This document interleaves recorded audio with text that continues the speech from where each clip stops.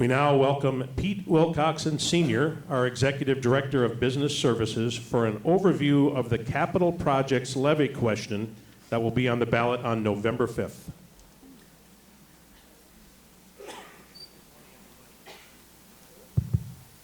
Good morning, everybody. So far today, the convocation has been very exciting, very entertaining, and very funny. And now you've got me. But take heart, because after a few comments, the video that we're going to play at the end is really, really good. I'm going to take a few minutes to talk about something called a Capital Projects Levy. Its history, what it can be used for, and what the district's needs are in these various areas. We're also going to look at a community survey that took place this past spring and what the results showed about the community's feelings toward the school district and the levy. Finally, we'll talk a bit about the action that the school board took earlier this month that will put this question on the ballot in November. Capital Projects Levy was first passed by the community in November 2003. The ballot question clearly stated what the funds would be used for, and our question stated the uses as technology, equipment and software, textbook and media materials, and large musical instruments. Now, what I use as a way of reminding me what this said: textbooks, technology, tubas. The authorization for this levy was for 10 years, which ended with the property tax levy that was certified by the board last December. A community survey was done last spring to get an idea of what the community thought about the district and how they might feel about the Capital Projects Levy. Community perception is very good, with almost 52% grading the district with an A or a B. But of the remaining 48%, 30% felt they didn't have enough information to answer the question, so only 17% gave the district a C or lower. 75% of the parents surveyed graded the district with an A or a B. When asked if this district can be trusted to manage its revenue, 62% of the residents surveyed, and over 78% of the parents surveyed indicated that they strongly agree that the district can be trusted. When asked about the levy, almost 75% indicated that they would support a renewal. Along with the information about community feelings about the district and the levy, data was used to develop a recommendation based on charting the results that were received in all the interviews. Highlighted in the orange text, the recommendation to achieve majority support was to set a tax increase on a $200,000 home at or below $26. Needs in the areas listed on the ballot question have grown steadily over the past decade. Just think back to 2003 and what existed in technology and related software compared to what we have available to us today. For the past several years, reserves have been used to supplement the amount raised from the now expired levy, as well as reducing the overall dollars allocated to these areas. In preparing information to help determine what amount should be requested this year, the district prepared a list of the current and future costs anticipated for each area. As you can see on the screen, the annual needs identified total over $1.8 million a year. To be able to raise $1.8 million a year, the property tax impact created on various home values is shown here. The key one to refer to is the $200,000 home. The impact on that home would be a total of $59, which is a $33 increase over what was levied last year. You can see on this chart that the $33 puts the likelihood of being successful well outside the acceptable range. So what must then be determined is what level of increase can be achieved. The key factor in making the determination is where the increased amount on a $200,000 home would intersect the blue line. If the new levy were to generate about $1.4 million or about $400,000 less than the needs identified, the impact on a $200,000 home would be a total of $45, which is an increase of $19 over last year. How does that look when plotted on the chart we just looked at? As you can see, this change now puts the ballot question well within the successful range.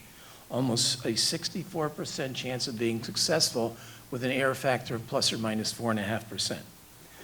That's what was approved at our August school board meeting and will be contained within the question that the community will vote on in November.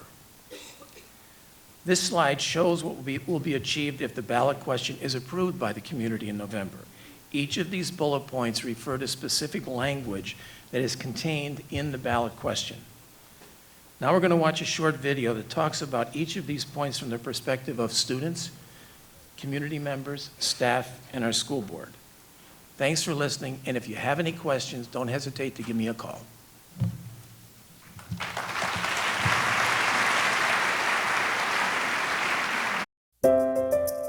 The Capital Projects Levy is where we get the software, the technology, the classroom pieces, the science equipment, the band instruments, the actual capital assets that we use to move the school forward on a regular basis. How do we transition from teaching biology to teaching biochemistry, from biology to teaching microbiology?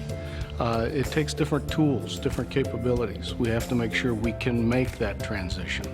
It's also about making administration efficient, and over time, it's what keeps the district current. It's what keeps us relevant with where education's going nationwide, where business is going nationwide. We are extremely fiscally and financially responsible.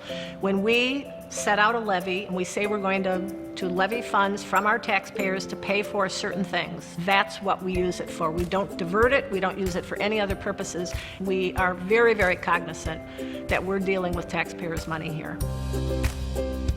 And just looking at the media materials that we've used Capital Projects Levy dollars to fund, you know, education in its most fundamental state is reading, writing, and arithmetic, and that requires the books and the media sources that these kids use to learn those subjects and master them. I think when a teacher needs something in their classroom or wants to do something innovative in their classroom, having the ability to give them those tools to then share those things with their students, that's really where the levy has played an important role.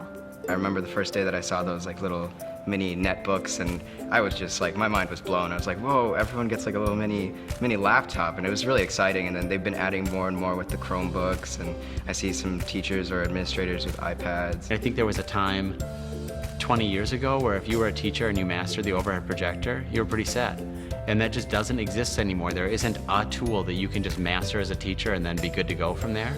So that whole thing about lifelong learning, technology is helping to push us as educators. I think technology has reinvented what I do. It's really allowed me to look at my teaching through a completely different lens.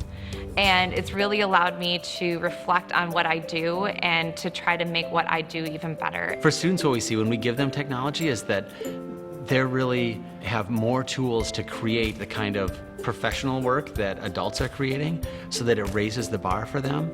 It's really engaging them as learners. One of my favorite things that happened last year, my son was in 3rd grade, and he came home one day after school and had to get on Google Docs because he and another friend were going to meet there as a writing club. So they were meeting at 5 o'clock on Google Docs, and they were writing a story. It was awesome. So much of the knowledge that we used to think of back in the day as being things that kind of sage on the stage teacher conveyed is not really stuff that teachers need to convey anymore. Because if you can Google something in 3 seconds, it's probably not something you need to memorize. You need to understand the context of it. And that's what teachers can do. And then really spend more of their class time helping students dig into the deeper questions and making connections to other things that they're learning. That's an exciting part, I think, of technology. The Capital Projects Levy has really allowed us to replace worn-out inventory. It's the things that our students use to make our art form, our instruments, and especially the large ones. As a district, we're committed to having those available for them to rent or to use, and they're quite expensive. So that capital levy that is expiring really is to help us to kind of whittle away a mountain of instruments from the 1950s and 60s that just are worn out. Music is so important for kids. It's such a valuable avenue for expression for them, to play with people, to give and take, to listen, to adjust, to be proud of something together, to fail at something even, and then try and make it better. The White Bear community plays a vital role in the success of our students in music. It's so much more fun to put on a concert when there's a live audience and response, or you're being cheered for at an athletic event, or the parents are standing up and jumping in the stands when the drumline is jumping at a football game. When a music program is successful, it gives the community something to be proud of, and it also produces great citizens. The community is vital to the success of our school district. The resources our community provides, the support that they provide, the partnerships that they're providing, all contribute to the success of our students. They support our school athletics, they support our school extracurricular activities, our debate teams, all of that. And they really add to White Bear pride. White Bear is one of the proudest communities I've ever been part of.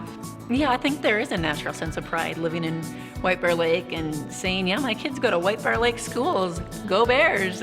My husband, and when he and I met, he lived in St. Paul. I had a new house out in White Bear, and I said it was non-negotiable. If we're going to get married and have kids, it's got to be in the White Bear School District.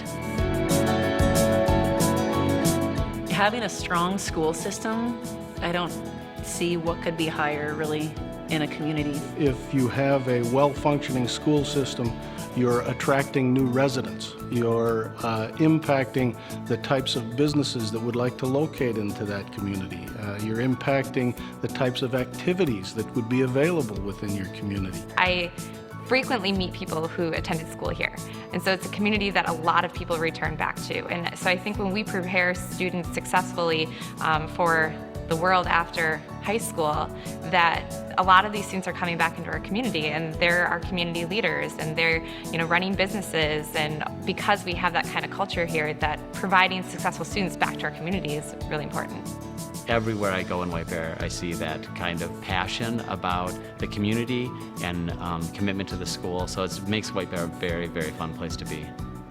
Go Bears!